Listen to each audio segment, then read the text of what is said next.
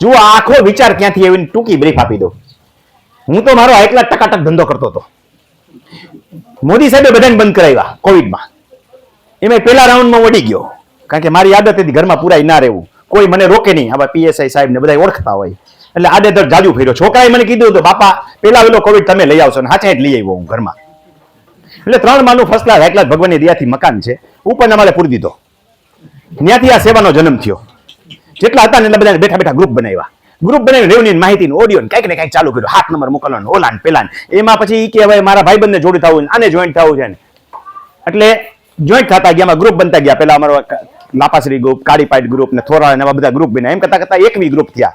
તે મર્યાદા 220 ની હતી, પછી 1021 ની મર્યાદા થઈ.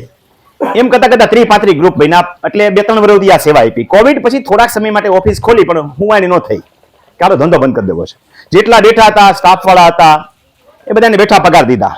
છેલ્લે કીધું હવે ગોઠવી લ્યો, ત્યાં સુધી પગાર આપીશ, પછી અડધો પગાર આપીશ. બધા ગોઠવાઈ ગયા, ધંધો બંધ કરી દીધો. તે પછી આ ધંધો ચાલુ કર્યો. અત્યારે જે છે ને, કેટલા રૂપિયા ભેગા થયા અત્યારે?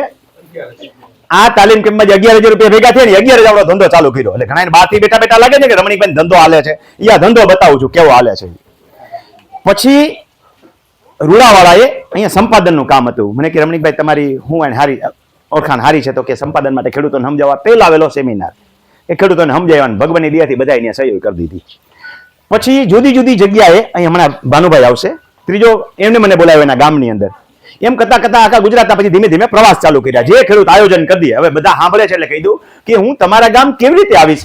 હું હળંગડાયો થઈને નથી આવતો, તમે મને બોલાવો છો એટલે આવું છું. એટલે તમારે ત્યાં 100-150 જણાનું એક વોટ્સએપ ગ્રુપ બનાવવાનું રહે.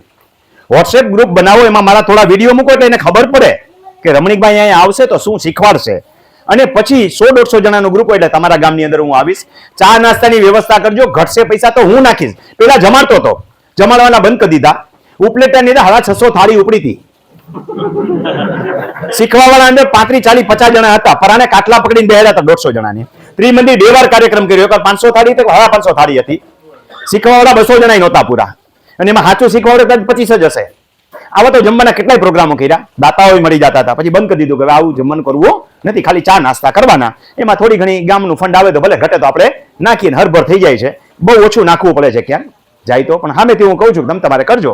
2-5 હજારનો ખર્ચો થાય ત્યાં સુધીનો કરવાનો, એટલું મહેનત થઈ જાય છે. તો આ રીતે તમે તમારા ગામ મને બોલાવી શકો. આ રીતે જાઉં છું. એ સિવાય ગુજરાત આખાના પ્રવાસ હું મારી રીતે પણ કરતો હોઉં છું. હમણાં જ 1200 કિલોમીટરના પ્રવાસે નીકળું છું. એ યુટ્યુબમાં વિડીયો જોઈ લેજો. ત્યાં ખેડૂતોને નાના નાના ગ્રુપ હોય ત્યાંય મળું, અને ખેડૂતોના પર્સનલ પ્રશ્નો હોય તો પણ એને માર્ગદર્શન આપું છું. ત્યાં કોઈ ફી રાખતા નથી. આપણે ગમે ત્યારે તાલીમ કેમ્પમાં આવવું કમ્પલસરી. હમણાં ઓલા ભાઈને કેમ કીધું, ખાલી ફાઇલ જ જોઈ છે તો આપણે જોઈ દેવી નથી. એમાં તમે 45 રૂપિયામાં એડવાન્સ કેટલાય વકીલ તમને જોઈ દે. મારો હેતુ તો એ છે કે તમે જે ફી ભરો છો એના બદલામાં તમે શીખી જાઓ. કારણ કે શીખશો ને, આ બધા પ્રોબ્લેમ છે જ્ઞાનના અભાવે ઉભા થયા છે. કેમેરો ફેરવો, શુક્રવારવાળા કયો કે જ્ઞાનના અભાવે પ્રોબ્લેમ ઉભા થયા છે કે નહીં? આંગળી ઊંચી કરો. શુક્રવારવાળા, સોમવારવાળા બધા કે જ્ઞાનના અભાવે પ્રોબ્લેમ ઉભા થયા છે. આપણો હેતુ એ છે કે આવા પ્રોબ્લેમ થઈ ભલે ગયા, આવનારા ભવિષ્યમાં તો ઉભા ન થાય. એટલે આ બધા જે ગામમાં ફરતો હતો, સેમિનાર કર્યા, પછી વિચાર્યું કે માણસો સાંભળી તો જાય છે, જાતે કામ તો નથી કરી શકવાના. એટલે જાતે કામ કરી શકે એટલા માટે આ હવા વર્ષ પૂરું થશે હમણાં, ત્યારથી આ તાલીમ કેમ્પ શરૂ કર્યા છે. જ્યારે 12 તાલીમ કેમ્પ પૂરા થયા ત્યારે મગજમાં વિચાર આવ્યો કે ધીમે ધીમે 5મા તાલીમ કેમ્પથી પૈસા ઘટતા હતા. મને લાગે છે હવે 14મા પછી પૈસા ઘટશે. આજની પરિસ્થિતિ જોતા એવું લાગે છે. પણ પૈસા વધ્યા એટલે વિચાર કર્યો કે કાયમી સંસ્થાનું રૂપ આપીએ. એટલે આપણા ખેડૂતોના ઈષ્ટ દેવતા ભગવાન શ્રી બલરામ કહેવાય. એટલે બલરામ સેવાધામ તરીકે સંસ્થા બનાવવા આપણે જઈ રહ્યા છીએ. અને આ જે ભાઈઓ 11,000 ડોનેશન આપે છે, સંસ્થા નિમિત્તે આપે છે.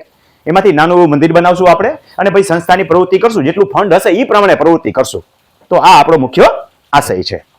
કાપી નાખો.